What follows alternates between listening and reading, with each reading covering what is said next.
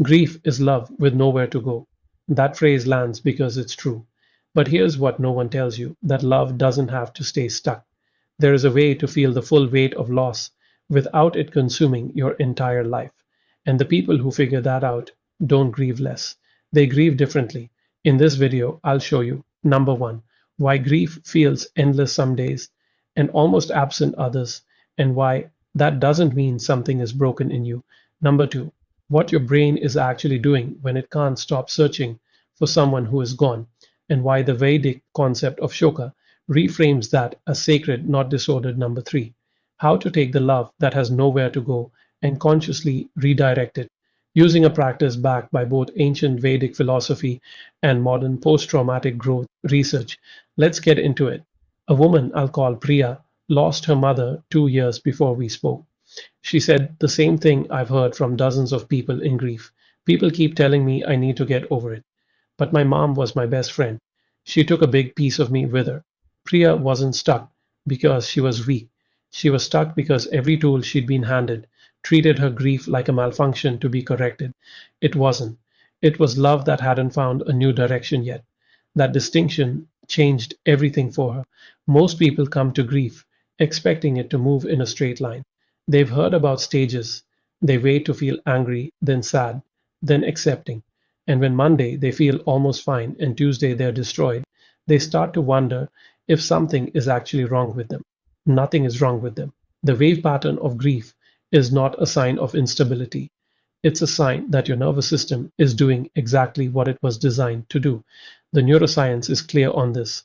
When you love someone, your brain's reward circuitry, the same dopamine and oxytocin pathways that fire when you see them, hear their voice, or even just think about them, those pathways don't switch off when the person is gone. They keep firing. They keep searching. Your brain literally keeps sending out signals looking for someone who isn't there anymore. That's not a disorder. That's the biological cost of deep attachment. The Vedic framework adds something Western psychology often misses, the Sanskrit concept of shoka, which translates roughly as grief or lamentation, is not treated in Vedic texts as a problem to be solved. It's treated as a sacred energetic process.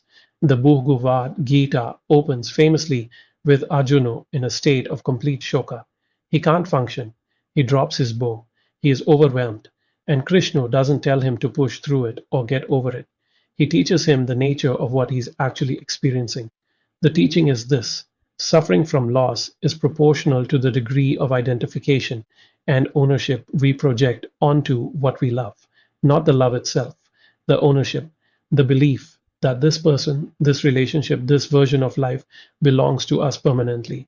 That's a subtle but critical distinction. It's not saying love less, it's saying love without the grip of ownership. And when you understand that distinction, the wave pattern of grief starts to make sense. The days you feel fine are not betrayals of the person you lost. They are moments when your nervous system has released its grip just briefly. The days you're destroyed are the days the grip tightens again. The practical takeaway here is not a technique, it's a reframe. When the wave hits, instead of asking, "Why am I still feeling this?" ask, "What am I holding onto right now that I'm afraid to release?" That question doesn't make the wave smaller, but it gives you somewhere to stand while it passes. Takeaway: the unpredictable rhythm of grief is not a malfunction, it's your brain's attachment circuitry doing its job. Recognizing that replaces shame with understanding, and that shift is the first step in learning how to cope with loss without being destroyed by it. There's a specific kind of grief that people rarely talk about in public, but describe constantly in private. It's the moment you reach for your phone to call someone and your hand is halfway there before you remember. It's the moment you see something funny and your first thought is, "I have to tell them," and then the second thought hits. That experience is not a sign you're in denial. It's a sign your brain has built a deeply grooved neural pathway toward that person. Neuroscientists call this an internal working model, a mental map of someone so detailed and so reinforced that it keeps generating predictions about where they should be, what they would say, what their presence would feel like. The map doesn't update automatically when the person is gone. You have to live your way into a new map, slowly, imperfectly, over time. This is where Shoka as a concept does something remarkable. Most psychological frameworks treat grief as a response to loss. Shoka is treated in the Vedic text as a response to misidentification. The suffering isn't caused by the love, it's caused by the belief that what you love is yours to keep. The Sanskrit word for this kind of attachment is mamata, which literally means mindness. The sense that this person, this relationship, this chapter of life belongs to me. And the Vedic teaching is not that mamata is evil or that you should feel it less. It's that mamata is a natural human experience that causes suffering in proportion to how tightly it's held. David Kessler, who spent decades studying grief alongside Elizabeth Kubler-Ross and then extended her work, landed on a similar idea through a completely different route. He calls it meaning making, the process of integrating loss into a larger narrative rather than being destroyed by it. His insight, drawn from hundreds of cases, was that the people who move through grief most fully are not the ones who loved less or who detached more quickly. They're the ones who found a way to carry the love forward into a new form. The Vedic framework gives that process a name and a container before the loss even happens.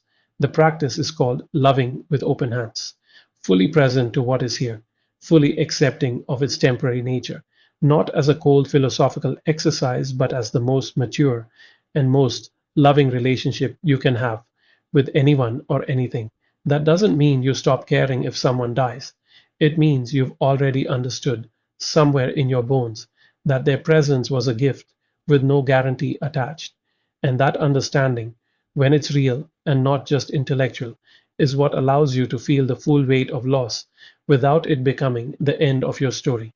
The practical shift here is this: when you notice the searching, when you reach for the phone and remember, don't fight the impulse, acknowledge it. My brain is looking for you. You were that important. That's not weakness, that's an honest account of what love costs. And acknowledging it is part of how to cope with loss without suppressing the very thing that made the relationship real. This is the question that cuts deepest in grief communities, and almost no one gives it a straight answer.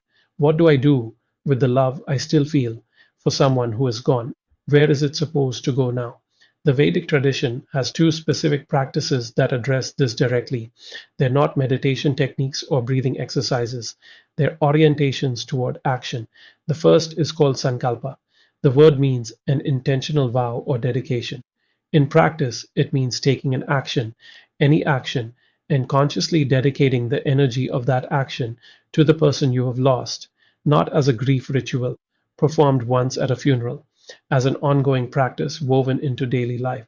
Priya, the woman I mentioned at the start, was a nurse.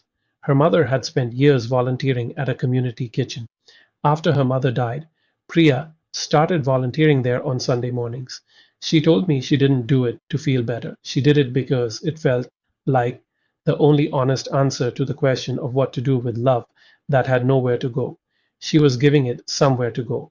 Research on post traumatic growth, the documented phenomenon where people emerge from loss with greater clarity, compassion, or purpose than they had before, consistently points to this kind of meaning making action as the mechanism. Not journaling about the loss, not talking about it endlessly, acting in alignment with what the lost relationship meant. The second practice is seva, which translates as selfless service. The distinction between seva and ordinary helpful behavior is the absence of personal gain as the motivation. You're not doing it to feel better. You're not doing it to be seen. You're doing it because the love you carry needs a direction, and this is the direction you choose. The psychological parallel is striking. Grief researcher Colin Murray Parks described the healthy integration of loss as a process of assumptive world revision, updating the internal model of how life works to include the reality of the loss, and then rebuilding a life that still has meaning. Sankalpa and Seva are not just coping strategies, they are that rebuilding process, given a form and a direction. This is what distinguishes the Vedic approach to how to cope with loss from most of what you'll find elsewhere. The goal is not to reduce the love. The goal is not to move on, a phrase that implies leaving the person behind. The goal is to move forward while carrying the love with you, consciously, intentionally, in a direction that honors what that relationship meant. The Bhakti framework calls this loving with open hands, not a lesser love, a more complete one that holds the person fully while they're here and holds their memory fully when they're gone, without demanding that reality be different from what it is. The practice is simple to describe and genuinely difficult to do. Pick one thing that mattered to the person you lost, or one thing that mattered to you about them, and build a sankalpa around it, a specific recurring action dedicated to them, not a monument, an ongoing choice. That's where the love goes. That's how grief stops being a place you're trapped in and starts being a direction you're moving. And that practice, the act of redirecting love into purposeful action, is what grief researchers studying post traumatic growth keep finding at the center of every story of someone who came through loss, not just intact, but changed in a way they didn't expect. That Sankalpa practice sounds straightforward when you read it, and then you sit down to actually do it and realize you don't know where to start, or the grief is still too raw, or you're carrying it while also going to work and raising kids and showing up, and there's no space to fall apart, let alone rebuild. If that's where you are, the fastest way through it is not another video. It's a conversation. I offer a free 15 to 30-minute consultation call, no pitch, completely personal, and the only goal is to look clearly at where you're stuck and figure out the exact next step for your specific situation. You'll walk away with a clear direction whether we ever work together or not. The link to book is in the description at dailymindreset.com George consultation. If you have been sitting with this and you know something needs to shift, that's the call. Subscribe if you want more of this, because this channel exists to give ancient frameworks a real world application, not just inspiration. What's one relationship or loss in your life where you can feel that the love still has nowhere to go?